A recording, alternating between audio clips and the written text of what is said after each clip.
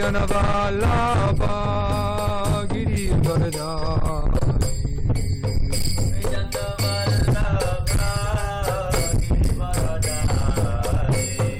Gopi Janavallabha Girivardhari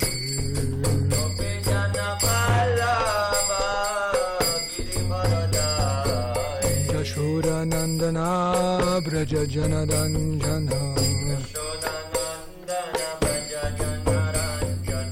Yashoda Nandana Braja Janaranjana Yamuna Tira Vanajari Yamuna Tira Vanajari Jayo Radha Madhava Kunja Vihari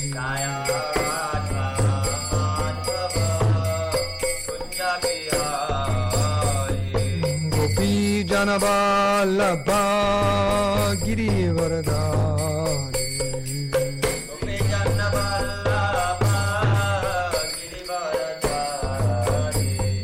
Gopi Janavallabha Girivardhari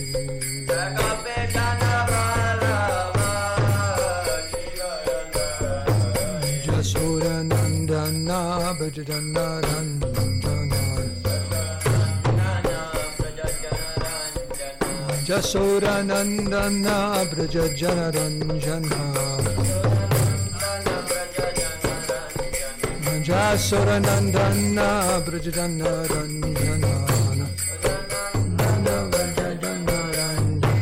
Jamuna Tira Vanachari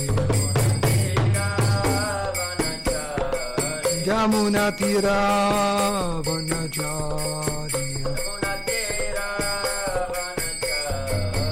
Jayo Radha Madhava Kunja Vihari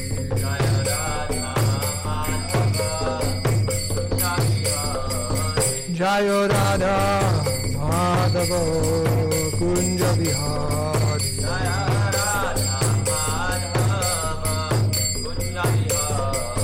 Jaya Radha Madhava Kunja Vihari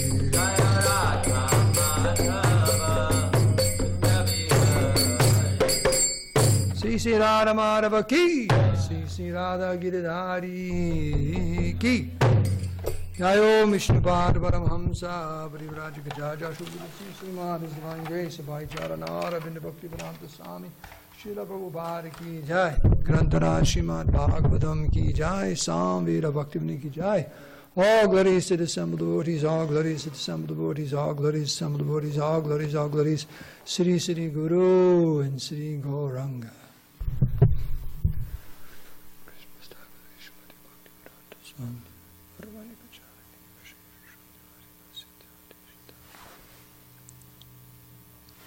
This morning we'll start reading from the 4th canto, 7th chapter. We'll start with text 25. Okay. Om Namo Bhagavate Vasudevaya. Om Namo Bhagavate Vasudevaya. Om Namo Bhagavate Vasudevaya. Om Namo Bhagavate Vasudevaya. Om Namo Bhagavate Vasudevaya. Om Namo Bhagavate Vasudevaya. Narayanam Namaskrityam Naram Chaiva Narottamam Devim Saraswatim Vyasam Tato Jamudiraya Srila Prabhupada ki Jai. Daksho Grihitarhana Sadhanottamam Yageshwaram Vishwasrijam Param Gurum Sunandananda Janugarbhritam Muda Grinan Prapede Prayata Kritanjali Daksho Grihitarhana Sadhanottamam Hana Sadhanottamam Yageshwaram Vishvasrijam Param Gurum Yageshwaram Vishvasrijam Param Guru Sunandanandjanugarvritam Mudha Nandananda Janugar Vritam Muda Grinam Prapede Prayata Kritanjali Nan Prapede Pratayak Kritanjali Daksham Grihitarhana Sadhanottamam Daksho Grihitarhana Sadhanottamam Yageshwaram Vishvasrijam Param Gurum Yageshwaram Vishvasrijam Param Guru Sunandananda Janugarbridam Muda Nandananda Janugar Vritam Muda Grinan Prapede Prayata Kritanjali Nan Prapede Prayatak Kritanjali Daksham Grihitarhana Sadhanottamam Daksho Grihitarhana Sadhanottamam Yageshwaram Vishvasrijam Param Gurum Yageshwaram Vishvasrijam Param Guru Sunandananda Janugarbridam Muda Nandananda Janugar Vritam Muda Grinan Prapede Prayata Kritanjali. Nan Prapede Prayatak Kritanjali Like to chant? Daksho Grihartana Sadhanottamam Yageshwaram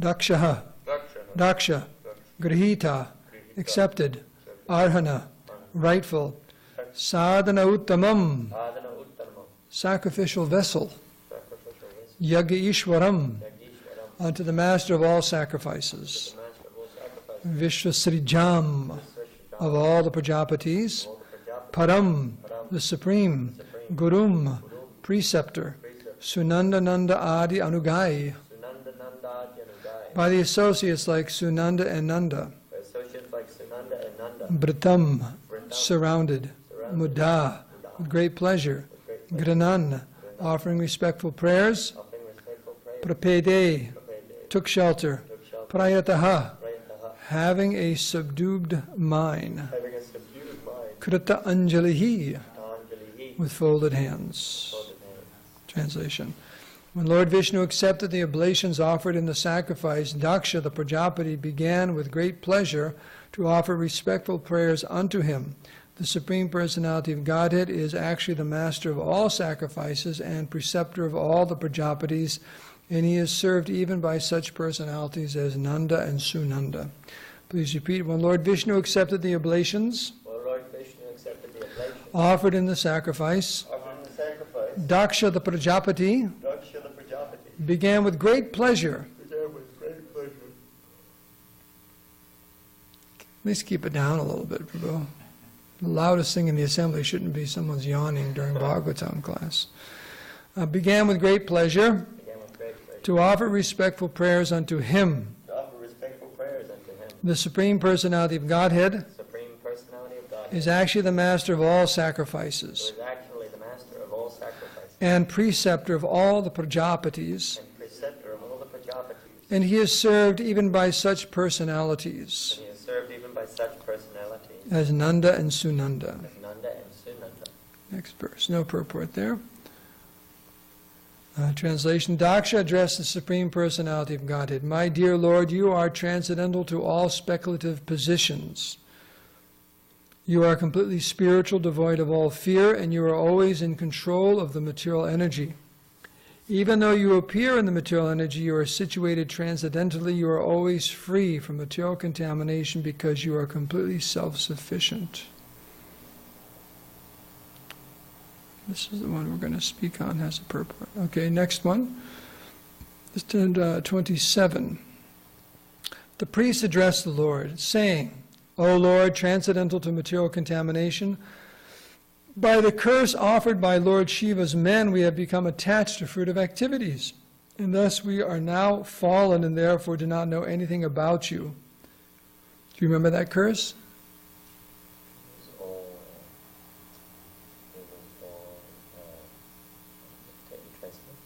Yeah, be absorbed just in mundane activities.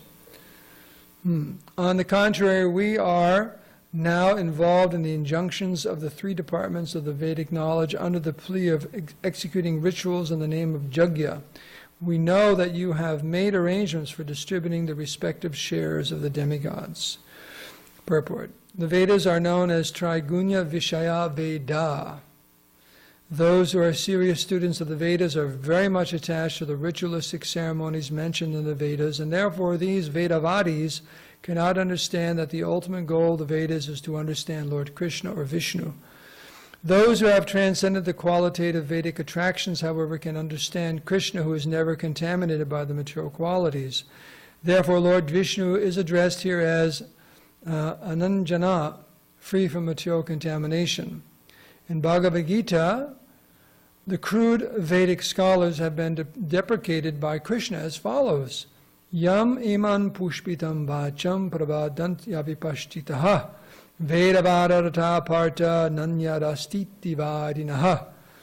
Quote, men of small knowledge are very much attached to the flowery words of the Vedas, and they say that there is nothing more than this. Unquote. Om Agyantimirandasya Gananjana Salakaya Tyakshuranvinitam Dhena Tajmai Sri Gurave Namaha Shri Chaitanya Manobhistam Stapitam Yena Bhutale Swayam Rupa Kadamayam Dadati Swabadandikam Sri Krishna Chaitanya Prabhu Nityanandasya Daita Gadadhar Shivashadi Gaura Bhaktivrinda Hare Krishna, Krishna Krishna, Hare Hare, Hare Rama, Rama Rama, Hare Hare. Banchika Patru Bhashta, Kripa Sindhu Bevacha, Patitanam Bhavanibhyo Vaishnavibhyo Namo Namaha. So with your permission, I'll try to say a few things.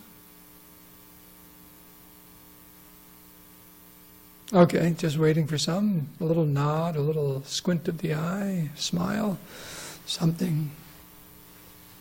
Okay.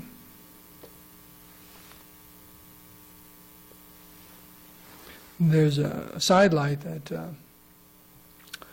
I remember reading in one of Peter Burwash's books about, some of these, he was in the hospitality industry, in some of these hotels, the very, very high-end hotels, they have maybe one or two workers for every person who stays there. So like today, I think we have 3 devotees cooking breakfast for 4 of you. Not bad. Right? You got Santosha's in here, Balaram's not here. Where's, okay.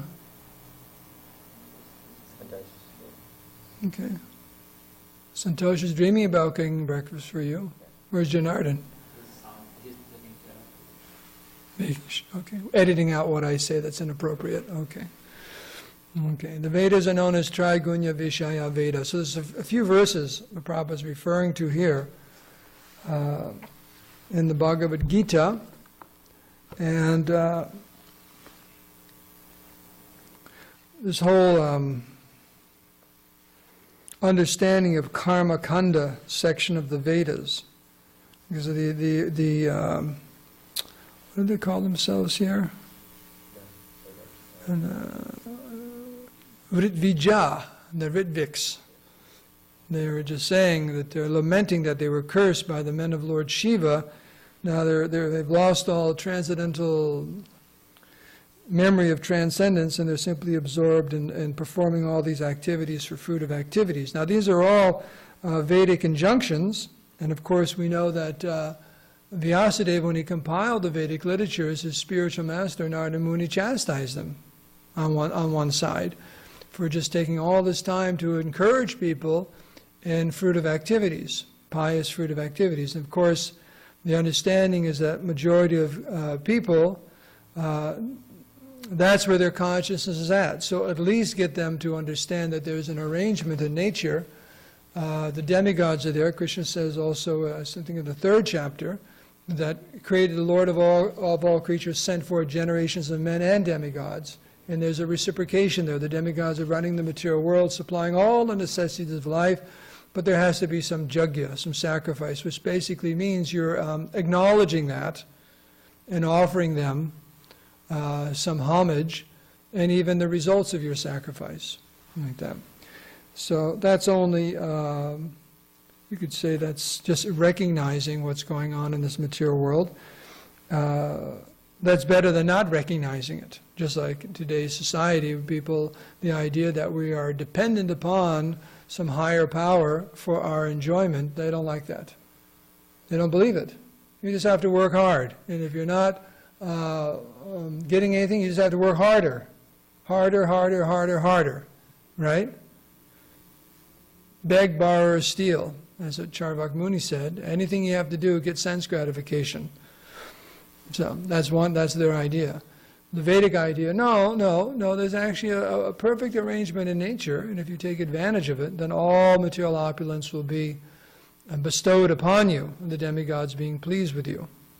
So, Prabhu was once asked, maybe many times, but there's one reference where someone was asking about those who follow this worshipping of the demigods in the Vedic culture, are they better than Christians who worship just one God, the Supreme Lord? And Prabhu said the demigod worshippers are, because they're following the Vedic system.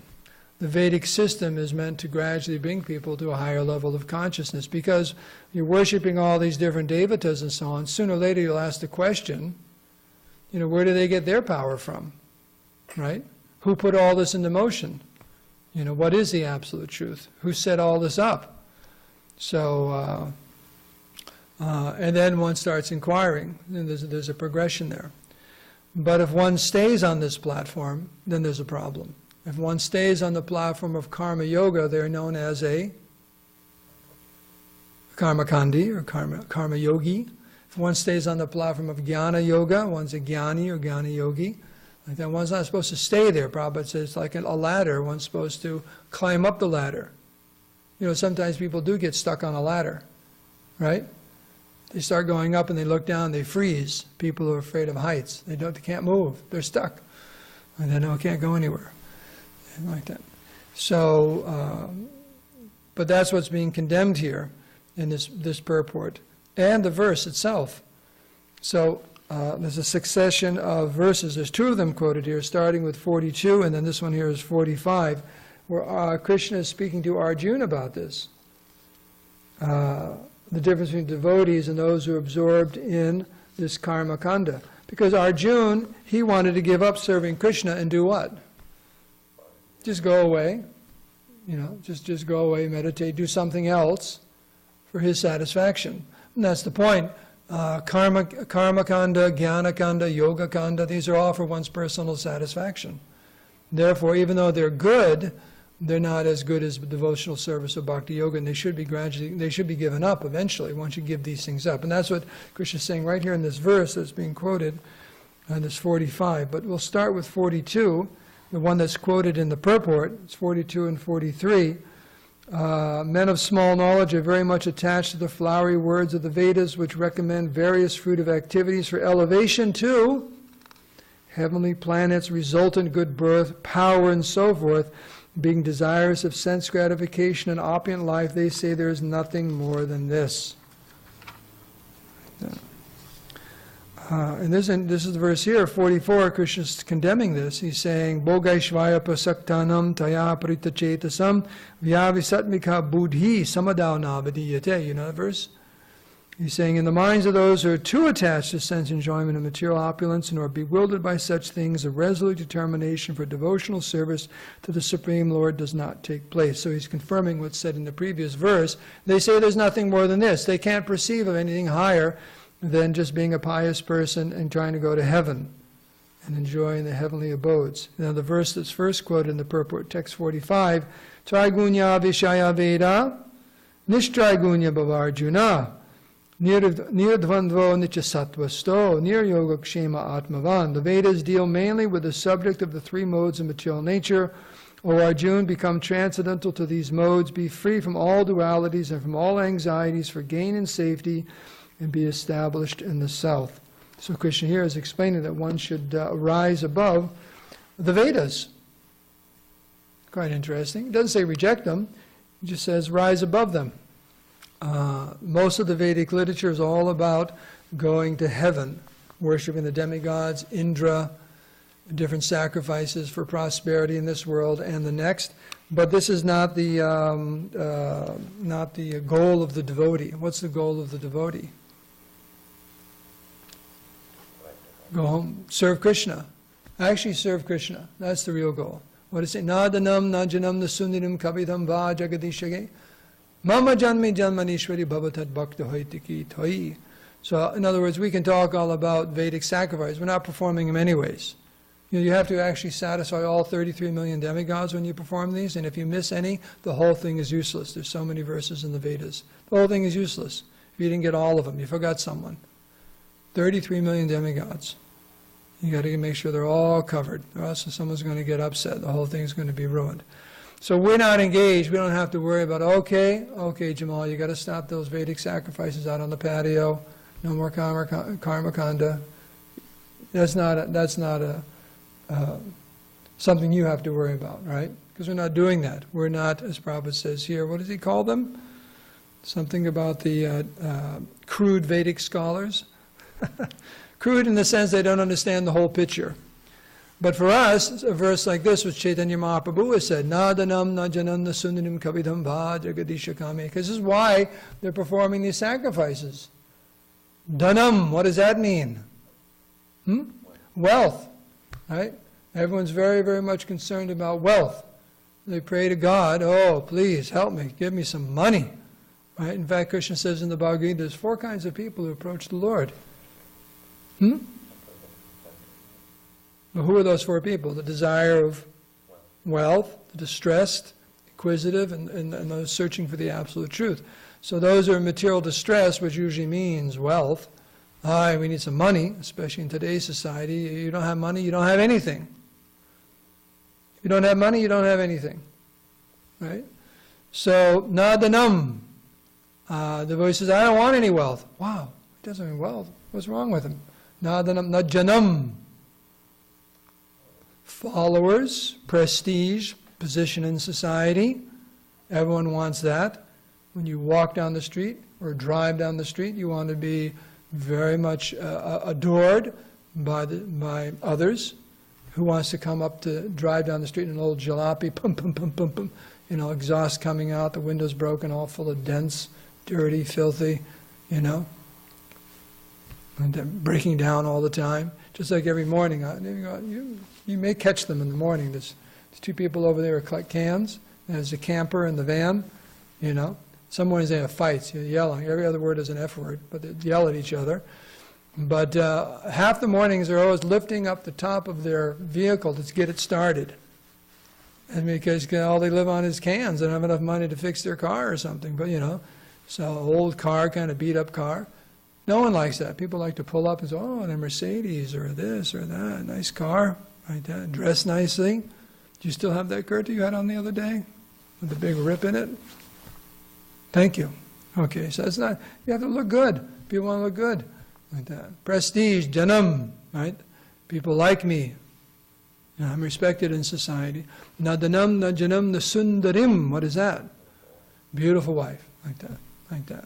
So a nice family, wife, children, all of that. Flowery words of the Vedas, that's what that means also. Nadanam, najanam, nasundarim, kabidam va jagadisha kamaye.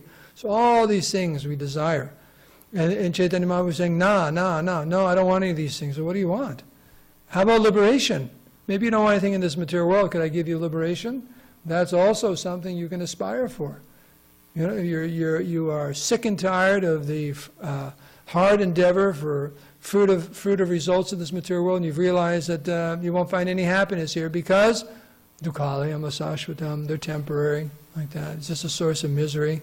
They come and they go. So how about Brahman? How about realizing one's spiritual nature and becoming liberated?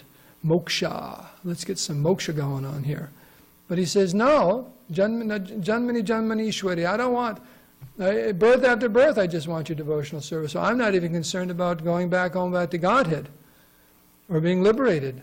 I just want bhavatat bhakti hoitiki tvai. What does that mean? Bhavatat bhakti hoitiki tvai. Do you know, Janardhan, what that means? Bhavatat bhakti hoitiki tvai. The last line of that.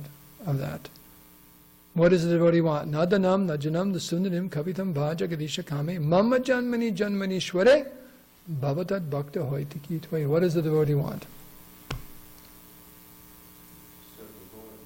Yes, that's it. Exactly. Just to serve the Lord. Bhavatat bhakta hoitiki, unconditional, unmotivated devotional service. No, I don't want anything.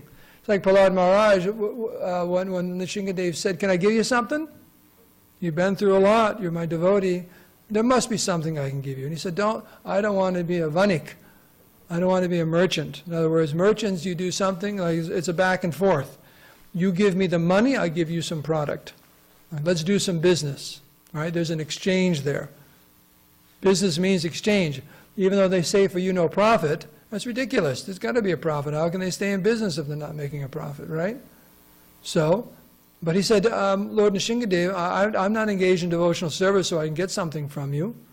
I'm not approaching you that I want something. I don't want anything. As a devotee, ahaitukya pratiyata, I don't want anything. I just want to serve you. That's all I want. That's complete satisfaction. That's my happiness. I don't want anything. There's nothing I want. Absolutely nothing I want from you. That's pure devotional service. Like that. So that's the aspiration Chaitanya Mahaprabhu is saying of the devotee in the Shikshastakam. Nadanam, najanam, nasum. That's your, what's the platform of devotional service? That's anartha nivriti, right? You don't want anything. And also nishta. That's what that verse represents, those different stages of devotional service. Where the devotee doesn't want anything, anartha nivriti, all the anarthas are gone, and just wants pure devotion. He's steadily engaged in devotional service. So much so he's actually saying birth after birth. Birth after birth. So, the point that being brought up in these verses is that he's saying here, be free from all dualities and from all anxieties for gain and safety and be established in the self. Everyone's in anxiety for gain and safety, right? Because at every moment things are taken away and we don't know what's going to happen next. So everyone in the material world is very concerned. Oh, I have to make sure I've got plenty of money set aside for my retirement. Oh, this, oh, that. I've got to, all these different things I've got to do every moment. Oh, I got to make sure I get plenty for breakfast. I got to get a bigger plate. I got to get a bigger plate. I got to get a really big plate. I got to make sure there's room for it. Whatever it is, right? I got to go back and make sure I get some fruit before anyone else gets any fruit. I got to all these little things or big things, right? I have to make it's like Prabhupada said that one man who passed away, he told the doctors, give me 4 more years. I need 4 more years to get everything together for my family before I die. The doctor said, I can't give you 1 moment. You're dying. He said, no, please try to do it 4 more years. Give me some more time. I need more time for all these plans I have for gain and safety for myself and my family. Like that. Or for my country. Right? Was it Gandhi said, I am India? Like that. Right? Like that. Just all these plans for India, and they just take them away. Even if you are a good politician, you have the welfare of the people at heart, still what can you do? Prabhupada told them in that letter, whether he ever got it or not, was, now that you made Bhagavad Gita famous, why don't you preach Bhagavad Gita? Renounce this, your political career. India has its independence. Now you should preach Bhagavad Gita. That's the real thing you should be doing with your life. So no, I've got to be concerned with India and the future of India. And then they shot him. He got shot. So what's that? What's the reciprocation with India? They shot him. So this anxieties for gain and safety, and be established in the self. Because what is that Krishna tells Arjuna in the Bhagavad Gita? You declare it boldly. What? Yeah, louder. Name bhakti panashyati. My devotee never perishes. In other words, Krishna is telling Arjuna, you tell everyone, I take care of everyone. Yogakshema bahamyaham. You know what that means? Yes, exactly. I preserve what you have and carry what you lack. For the devotee is fully engaged, he has no anxiety for gain and safety, because he's feeling Krishna is taking care of everything. I don't have anything to worry about. We're just listening or reading essay Prabhu said was that here? Krishna, Prabhu saying, if you need money, no, we're reading it, Chaitanya Charitamrita.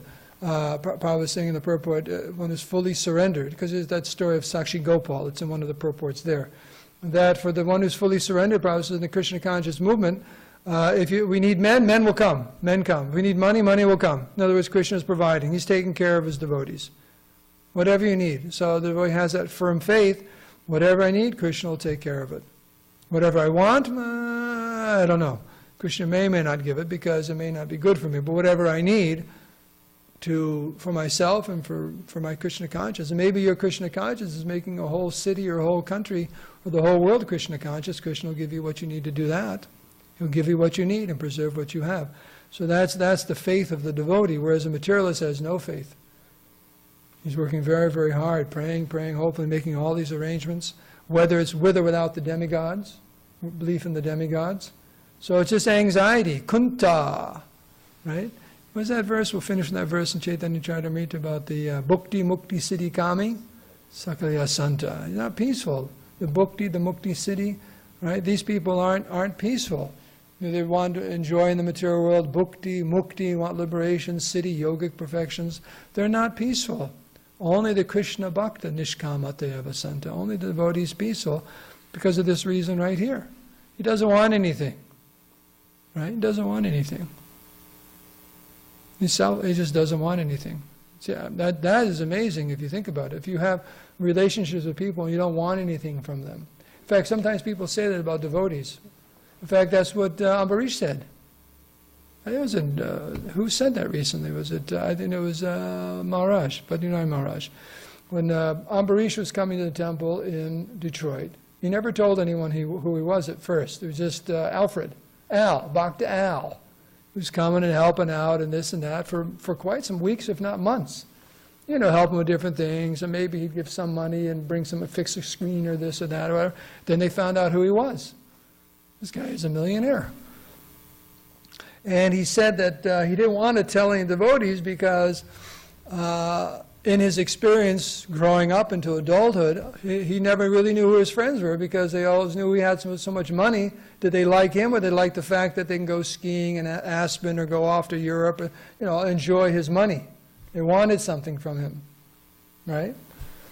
But he knows the devotees never wanted anything from him.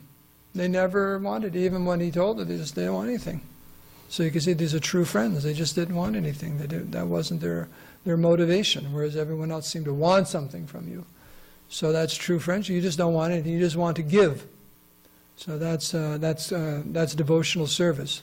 That's serving Krishna and his devotees. You don't want anything. You just want the opportunity to serve. And it's not that you feel minimized or shortchanged in any way. Actually, it's the highest happiness. It's the highest happiness because you're peaceful. Can you imagine that? You don't want anything. You just don't want anything. Oh, here, take all this. The different devotees like Guru Prasad Maharaj or Giriraj Maharaj, right?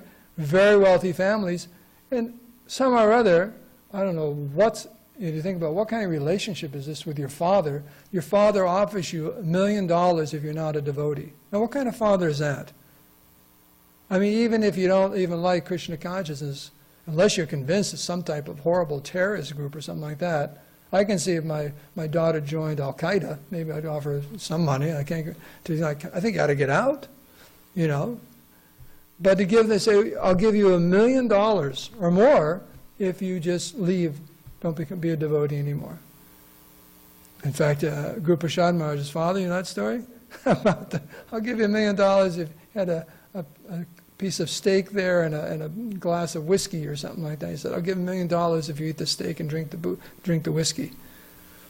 And I don't know if he told right to his father's face, or he said, well, I should have at least taken the money and drank the whiskey. Kind of joking. But, don't want it. I just don't want it. $1 million, and that was $1 million back then. Now, who knows? That's probably worth about $5 million now.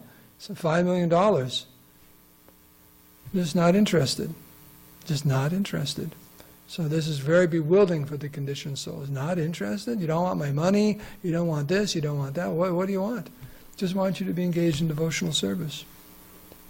Yeah? So we have to be very careful in our devotional service if we're thinking, where is the Dhanam? I've been practicing Krishna consciousness for a long time. Where is the Dhanam? Where is the Janam? Where is the Sundarim? I mean, come on, Prabhus, I should be, If we're in anxiety that we're not getting these things, then we don't understand that verse. Because the purpose of devotional service is not Dhanam, Janam, Sundarim, Kavitam Va, Jagadishakame, or even moksha. Moksha, you could say in the sense of relief from all kinds of distress. Is that why we're practicing devotional service? Relief from distress? That what we want from Krishna? So Krishna wants to know, is that what you want? Sometimes he tests us, he puts us in distress and we get all upset. Krishna, come on, I'm your devotee. Why am I in such a miserable condition of life? I'm your devotee. Oh, so that's what you wanted out of being my devotee. No, a place where there's no suffering, some kind of moksha. So Krishna's testing. He'll always be testing. You want some dhanam? Just like that. Those devotees say, oh, I'll give you $1 million. They pass the test. Other devotees don't pass the test. Hridan Maharaj and Lakshmi talking about some devotee he knew, that very, very nice devotee in LA, brahmachari and all that, and his parents passed away and left him a big, big sum of money, and the next day there's a little note on his dhoti, I'm gone. He just disappeared. Got a big, just left. As soon as he got the news that his parents left him a lot of money, he was out. So the dhanam, the janam, the prestige, and so all these different things, Krishna's always testing, dangling in front of you. See if that's what it means when Maya is testing. What do you want? Are you a fair weather friend? What does that mean, fair weather friend? Yeah, somehow you're hanging out when the weather's nice. When the weather goes bad, in fact, it says friends are tested in adversity. You know that expression? Your friends are tested in adversity. When things start going bad, who's still with you? Like that. So, Krishna's testing, good times, bad times, and Bhaktivinoda Thakur says for a devotee there are no good times, bad times. It's all service. It's just all service. He doesn't think, oh, this is a bad time. Oh, this is a great time. Just think service, service, service, service. That's perpetually a good time. As long as I'm engaged in devotional service, I'm very, very happy. And therefore, the devotees condemn the idea of going to the Brahman effulgence, because there's no service there. You just kind of buzz. There's no seva, right? Because you've given up identity. That's the one place devotees do not want to go. There's no preaching there. They'd rather go to hell than go to the Brahman effulgence, because they're looking for service. Wherever that service, wherever Krishna wants me to do the service, I'll do it. That's the devotee's happiness. So that's a very exalted platform to aspire for and to try to reach. So it's 8:33. Should we end here?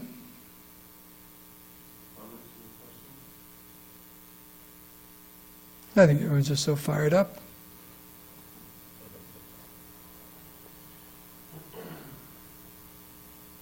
You good? Okay. So what are you going to remember today?